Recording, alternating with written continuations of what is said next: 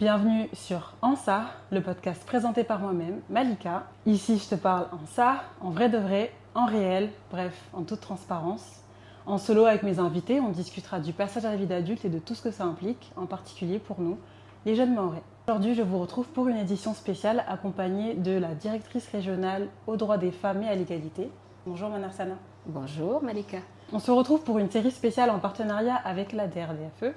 Cette série va toucher aux sujets relatifs à la santé sexuelle de manière générale, mais également des sujets qui concernent finalement directement notre quotidien, à savoir l'accès à l'information, le consentement, la vie affective, la contraception, les relations de manière générale et la santé sexuelle finalement. Pour construire cette série, nous avons également lancé une enquête auprès de mon audience pour connaître les sujets qui vous intéressent. Tout au long de ces épisodes, on va recueillir vos témoignages et les partager afin d'en discuter et voir aussi si ça peut nous aider à construire finalement une série toujours pertinente et en lien avec vos besoins et vos questionnements. Pour ce premier épisode, le sujet central va être comment garantir le droit des femmes à disposer de leur corps dans une société où l'information est insuffisante, difficile d'accès et entourée de tabous. Avant d'entrer dans le vif du sujet, j'aimerais qu'on parle de l'application Shababijoua avec laquelle on est en partenariat du coup, parce que finalement c'est le point de départ de notre collaboration. Tout à fait, oui. Alors, l'application Shababijoua existe depuis 2023. Il a été créé par Cyrel 976 et financé donc, par la Direction régionale aux droits des femmes et à l'égalité et par l'Agence régionale de santé. Cette application a été très bien reçue par la communauté éducative parce qu'elle avait pour vocation de promouvoir la santé sexuelle des jeunes. Et pour ça, l'Éducation nationale avait rajouté un QR-code dans les carnets de correspondance de l'ensemble des élèves pour qu'ils puissent la télécharger et donc profiter du contenu que vous avez expliqué sur la contraception, c'est quoi mon corps, c'est quoi les relations, c'est quoi le sentiment amoureux, etc. Donc en 3 ans, on a quand même rencontré quelques difficultés parce qu'on a subi des cyberattaques et puis on a constaté aussi que les jeunes téléchargeaient effectivement l'application quand ils avaient une interrogation particulière sur un sujet et puis la désinstaller très facilement pour des soucis de mémoire, on imagine. Donc on s'est questionné avec Cyrel 976 sur donc le maintien de l'application sur les téléphones portables et pour ça on s'est dit qu'il fallait la rendre interactive.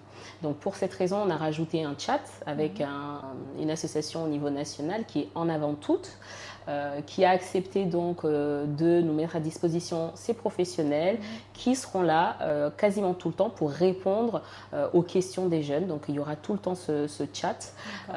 Donc au-delà du chat aussi, on a souhaité rajouter l'option podcast, la raison pour laquelle nous sommes là aujourd'hui. Donc, même si initialement c'est une application qui s'adresse aux jeunes collégiens, moi ce que je constate sur le terrain, c'est que il y a un réel besoin, même chez les jeunes adultes. Le questionnaire l'a confirmé, on le verra plus tard. Et donc, plutôt que les enfants puissent télécharger dans leur coin en cachette pour essayer de s'informer sur la santé sexuelle, on va essayer aussi d'outiller les jeunes adultes et potentiellement des jeunes parents qui pourront à leur tour donner accès à une information fiable et claire à leurs jeunes enfants. Totalement. Tu fais bien de le rappeler parce que oui, effectivement, lorsqu'on analysait les réponses à l'enquête, on s'est rendu compte que il fallait absolument préciser du coup la question de la santé sexuelle. Qu'est-ce qu'on entend par là finalement ? Alors oui, la santé sexuelle, lorsqu'on regarde les réponses des personnes qui ont voulu bien répondre au questionnaire, ne se résume pas aux maladies, au fait d'être en bonne santé, aux IST ou à la limite à la contraception. C'est vraiment un champ plus large qui tourne autour de la sexualité, de la vie sexuelle de l'individu qui évolue en plus tout au long de sa vie. Donc l'Organisation mondiale de la santé, donc l'OMS, a proposé une définition en 2002,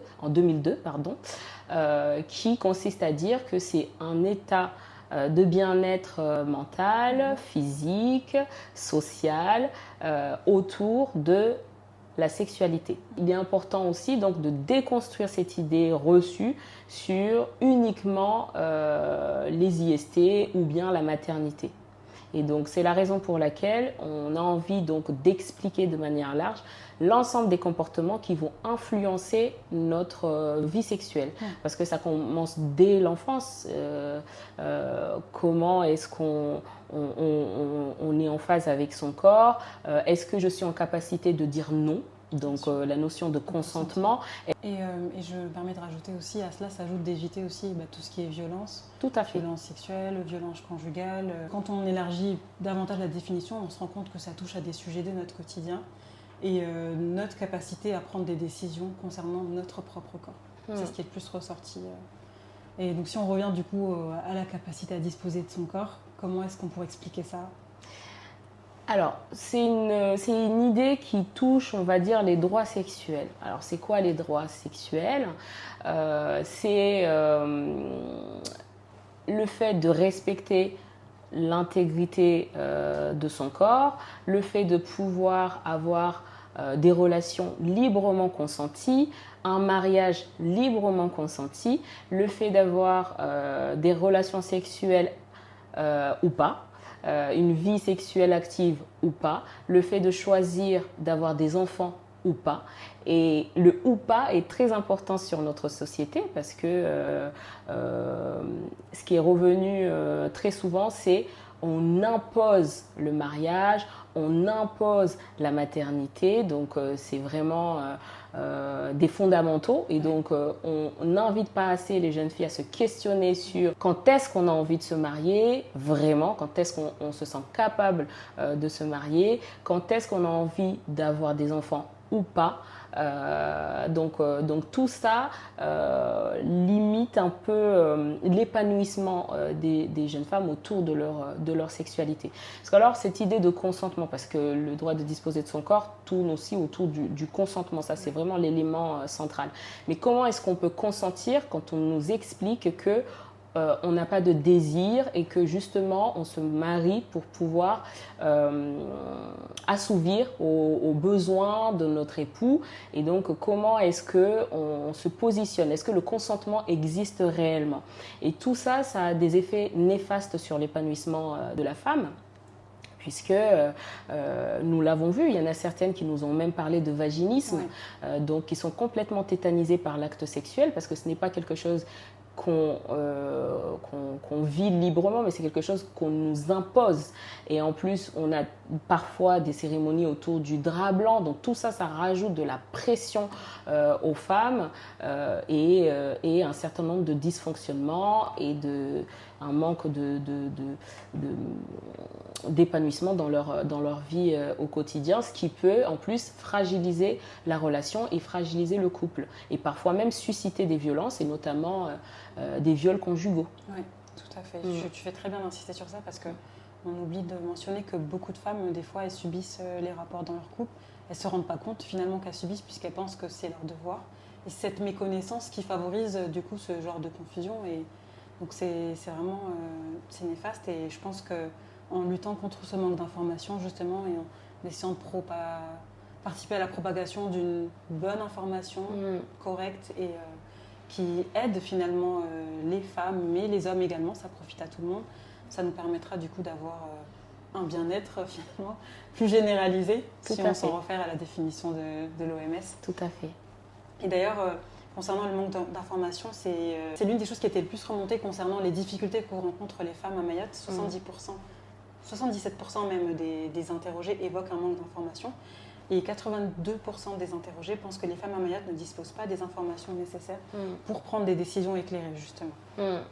Pourquoi tu penses que cette information ne circule pas dans la société? Je tiens à rappeler quand même que ça fait également partie des droits sexuels, donc l'accès à une éducation autour de la santé sexuelle. Donc, il y a quand même une éducation qui est faite en milieu scolaire, donc par l'éducation nationale, mais je pense que les parents et l'entourage doivent aussi se saisir de la question. C'est la raison pour laquelle on va rajouter ces podcasts pour pouvoir accompagner les jeunes parents, les outiller. Il y a des outils qui existent sur le territoire. On a un référentiel qui a été fait en 2023 par Repema en lien avec l'ACFAV, une conseillère conjugale qui l'a alimenté, et donc qui est mis à disposition sur le site internet de Repema pour l'ensemble des enseignants qui ont envie justement d'accompagner les jeunes autour de cette éducation à la vie affective, relationnelle et sexuelle. D'accord. Donc ça, ce sont des choses qui existent. On a un certain nombre de dispositifs, j'y reviendrai, qui sont financés par la direction régionale aux droits des femmes. Mais quand je t'écoute, je comprends que par rapport à tout ça, l'information ne circule quand même pas assez. C'est-à-dire que les personnes nous remontent qu'il y a un manque d'informations sur la santé sexuelle. Donc nous devons peut-être plus la rendre accessible avec les contenus comme on va faire ici, en invitant des professionnels qui seront en capacité de donner une information fiable. Et puis j'invite aussi les personnes à télécharger cette application qui reprend vraiment les bases de la santé sexuelle. Et si on a une question, on peut aussi se tourner vers des professionnels et poser en toute sécurité ces questions donc à des sages-femmes, à des médecins et ainsi de suite. Ouais. Ça par contre c'est ce qui est pas mal revenu par rapport à la question sur lorsqu'on a des questions, des interrogations pardon, sur tout ce qui est en rapport avec la santé sexuelle et le rapport à notre corps. Les répondants ont quand même cette facilité à se tourner vers un professionnel de santé, mais je pense que c'est important aussi qu'on puisse libérer la parole et faire en sorte que cette information soit accessible à tous, qu'on n'ait pas besoin de consulter directement. Si j'ai une interrogation, je sais que je peux consulter sans avoir recours à une IA, me parler à un professionnel directement. Et ça fait partie des espaces que vous avez mis à disposition, la DRDFE, pour les femmes et tout le monde en fait à Mayotte. Oui, tout à fait, parce que oui, on ne va pas attendre de consulter si jamais on veut comprendre sur un sujet particulier qui nous concerne les comportements à risque, comment éviter telle ou telle chose, comment se comporter, enfin voilà, donc je pense que des outils comme ces podcasts, avec des professionnels, des outils comme le référentiel, pourront déjà accompagner un certain nombre de la population. Et puis, on va continuer à renforcer les actions au milieu scolaire avec les associations qui interviennent et qui sont financées par la direction régionale aux droits des femmes. Et nous avons également des espaces de vie affective, relationnelle et sexuelle, donc des EVARS, qui sont portés par des associations sur le territoire, qui accueillent donc les couples, les jeunes femmes, les hommes, qui ont justement des interrogations sur leur santé sexuelle. Et donc nous avons des conseillères conjugales et familiales qui sont à disposition et qui répondent à tout ça et qui peuvent aussi désamorcer des situations de violence au sein du couple qui très souvent sont générées par de la frustration. Alors moi j'ai envie, elle n'a pas envie, des choses comme ça en fait. Donc du coup les professionnels qui sont formés peuvent accompagner les couples pour qu'ils soient beaucoup plus épanouis. Et donc il y a une antenne à Cavani qui est portée par l'ACFAV et une autre antenne qu'on va inaugurer prochainement, là dans un mois, à Bandrélé. D'accord. Donc j'invite toutes les femmes à y aller et les hommes aussi pour pouvoir avoir accès à cette information. Et c'est gratuit. Et si on n'est pas en couple et qu'on a des interrogations, on peut se présenter? Tout à fait. Il n'y a pas de limite d'âge, c'est tout public. Donc, que ce soit des jeunes adolescents, que ce soit des adultes, des célibataires, des personnes mariées, comme je vous explique, la vie sexuelle, c'est de la naissance à notre fin de vie.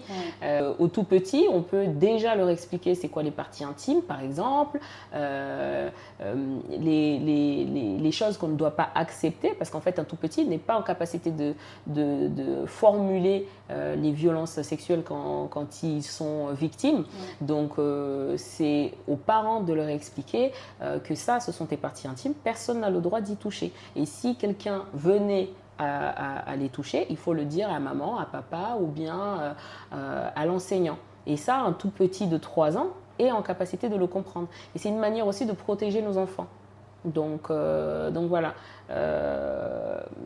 Et puis tout au long de la vie, en fonction de l'âge, on peut petit à petit introduire des notions comme le consentement. Est-ce que j'ai le droit de te faire un bisou sur la bouche alors que tu n'en as pas envie? Et que l'enfant puisse dire non. Et donc que l'enfant aussi ait une estime de son corps aussi, puisse aussi avoir assez de discernement pour se dire ah non, ça je n'ai pas envie. Donc tout ne vient pas de l'interdit. L'interdit finalement ça fait quoi? Ça va créer juste des angoisses, alors que si on explique, chaque enfant sera en capacité justement de mettre ses propres limites. On en revient toujours à l'information finalement. On en revient toujours à l'information parce que sur le territoire, quand on regarde bien, on a 500 naissances de mères mineures. Donc des jeunes filles mineures qui font 500 bébés sur ce territoire, dont une bonne partie a moins de 15 ans. Ça, c'est dramatique. Et donc, qu'est-ce que ça dit de notre société? C'est que j'imagine qu'au sein des familles, on leur dit c'est interdit, il ne faut pas avoir de relations sexuelles, voilà, c'est interdit dans la religion, et puis c'est pas bien, etc. Mais si on n'explique pas à l'enfant comment on fait des enfants, comment on fait pour éviter de faire des enfants, quel comportement il faut adopter vis-à-vis de sa vie sexuelle, l'enfant de toute façon, il va écouter ce que le parent dit ou pas. Quoi qu'il en soit. Et donc, il faut qu'il soit armé pour assumer ses propres choix. Oui. Et le parent, il ne sera pas toujours là. Donc, autant lui donner la base et lui permettre de faire les bons choix pour ce qui lui concerne. Totalement. Je pense que là, tu as rappelé un problème vraiment prévalent dans la société mahoraise, puisque on nous dit tout ce qu'il ne faut pas faire. En fait, on ne nous dit pas forcément les risques, déjà. Tout à fait. Et même dans le cas où ça arriverait, qu'est-ce qu'il faut faire, du coup? Exactement. Donc, vaut mieux prévenir que guérir. Et donc, pour ce genre de mots-là, il est vraiment important que les jeunes filles soient informées et qu'elles prennent les précautions nécessaires si elles sont amenées à faire ce qu'elles ne sont pas censées faire. Exactement. Et d'ailleurs, sur l'application Chababy Joie, il y a une carte avec les différents professionnels, parce que là, tout à l'heure, je parlais des EVARS, mais il n'y a pas que les EVARS. On a des conseillères conjugales aussi en PMI. Donc, il ne faut pas hésiter à aller en PMI. Il ne faut pas diaboliser les PMI. Ce sont des structures qui sont vraiment extraordinaires avec des professionnels qui sont engagés, des sages-femmes qui ont l'habitude. Donc, voilà. Donc, on a essayé de positionner un peu sur tout le territoire l'ensemble des professionnels qui peuvent accompagner les jeunes ou les moins jeunes, les adultes, si on rencontre une situation difficile. Parce que si un enfant a un rapport sexuel en cachette le week-end, est-ce qu'il sera en capacité d'aller pouvoir, sans se protéger je parle, d'aller prendre une pilule du lendemain tout de suite? Ça peut être très difficile pour une mineure de rentrer dans ce parcours du combattant. Donc, il faut qu'on puisse donner accès à l'information et que les jeunes puissent aussi se sentir en sécurité. Parce que la question de la confidentialité également est revenue. Nous sommes sur un tout petit territoire. Donc, bien sûr que si on va en PMI, on est susceptible de croiser quelqu'un qu'on connaît. Mais pour ce qui est des professionnels, ils sont tenus par le secret médical. Pour les soignants et même pour n'importe quel professionnel, on va dire d'un travailleur social, il est tenu par le secret médical et ça c'est puni par la loi si jamais la personne venait à aller raconter une information confidentielle sur la santé sexuelle d'un mineur, d'une mineure ou d'un adulte ou de n'importe qui. Donc voilà, il faut que les personnes soient en confiance et d'ailleurs je l'ai vu que la grande majorité de ces personnes disent faire confiance plutôt aux professionnels, non pas aux amis. Et ça, c'est pour moi, c'est la bonne posture à avoir sur un tout petit territoire. Après, nous ne sommes pas à l'abri. Nous pouvons aller au marché, croiser notre sage-femme et être un peu mal à l'aise parce que quelques temps avant, la personne a eu accès à notre intimité. Et donc, il faut être très très au clair sur son corps et sur le fait que ça reste un professionnel de santé, sauf s'il y a des comportements un peu déplacés. Là, oui, ça pose question. Mais il faut vraiment être au clair. C'est un acte purement médical et puis c'est pour notre bien-être. Donc j'encourage les femmes, oui, à consulter, à parler pour celles qui sont confrontées à du vaginisme, à poser les questions, pour avoir des conseils, pour pouvoir se libérer et avoir une vie beaucoup plus épanouie. Et donc si une jeune fille nous écoute aujourd'hui et qu'elle se retrouve dans une situation où elle a besoin d'informations, de conseils sur des sujets relatifs à la santé sexuelle, vers qui est-ce qu'elle peut se tourner? Alors, il y a déjà l'application Chababy Joie, même si la nouvelle version sera disponible qu'à partir de la rentrée, donc en septembre, avec le chat. Parce que le chat, pour moi, ça va être révolutionnaire pour les jeunes. C'est-à-dire qu'on prend son téléphone, on pose une question. Si ça concerne, je ne sais pas, moi, la contraception ou un sujet lié à notre intimité, il y a des sages-femmes qui vont pouvoir répondre tout de suite. Ou il y aura des juristes, c'est plutôt sur « Ah, on m'a fait ça, est-ce que j'ai le droit de… » Et donc, il y a tout un tas de professionnels qui sont en capacité d'apporter une réponse fiable à l'enfant. Et puis, il y a les EVARS, comme je l'ai dit, il y a les PMI. Donc après, bon, il faut être en capacité de se déplacer. Tout ça est sur la carte, donc on choisit. D'ailleurs, on est en train de finaliser un guide Stop Violence avec l'ensemble des numéros de téléphone, les adresses de toutes ces structures. Et donc le jeune, il pourra aller librement poser sa question aux professionnels. Ça, c'est super. Oui, et au sein des établissements scolaires, il y a les infirmiers, il y a les AS, donc il ne faut pas hésiter non plus à aller les voir pour leur parler de ce qui nous préoccupe. Ça sera toujours bien reçu. Donc, parce que les freins, en réalité, parfois on se les imagine, c'est-à-dire qu'on est dans une société qui est très pudique, où il ne faut pas aller étaler son intimité, il ne faut pas poser de questions. Et on s'imagine que la question sera mal reçue, alors que non, nous n'avons que des professionnels qui sont là pour pouvoir nous accompagner dans notre vie. Donc, je pense que c'est aussi important qu'on fasse un travail sur nous-mêmes pour pouvoir poser la question librement sans être déjà sur… des craintes. Oui. Et je dirais aussi qu'en fait, surtout le public plus jeune qui nous écoute, c'est qu'on peut-être on leur a jamais dit qu'il y a tous ces adultes-là qui sont à leur disposition pour les aider. Peut-être qu'on leur dit que l'infirmière, c'est juste quand on a mal au ventre ou qu'on a mal à la tête ou qu'on s'est blessé, mais l'infirmière, elle peut vous aider aussi sur ces questions. Tout à fait. Donc, il ne faut pas hésiter. Tout le monde est à votre disposition, vraiment. Vous n'êtes pas tout seul, en fait, finalement, par rapport à cette discussion, mais il ne faut pas hésiter. Exactement. Parce que nous, on met à disposition les outils, mais alors, ce qu'on déplore, c'est que les personnes ne s'en saisissent pas forcément. Parce que chacun est dans ses préoccupations. Les week-ends, il faut courir pour aller. Donc non, il faut aussi se recentrer sur soi et prendre soin de sa santé sexuelle et se poser les bonnes questions et oser pousser la réflexion. Parce que quand on n'a pas le droit de dire non, quand on doit juste se marier, assouvir aux besoins d'un homme et puis faire des enfants tout de suite sans se poser la question de comment je planifie ma maternité, est-ce que je suis prête à être mère là tout de suite, est-ce que j'ai l'espace mental pour accueillir cet enfant, on subit en fait. Et donc on intègre cette idée que on fait les choses mécaniquement sans se poser les questions. Parfois, il faut savoir se poser un instant et se dire de quoi moi j'ai envie. Et c'est quoi aujourd'hui mes limites et qui pourrait m'accompagner dans ces limites. Donc voilà, et même si on a baigné dans ces modèles-là, tout peut se déconstruire avec le temps. Merci beaucoup pour tous ces éléments de réponse. Le mot de la fin ? Alors, le mot de la fin, c'est que là, c'est une première. C'est un épisode qui se veut large pour asseoir les bases.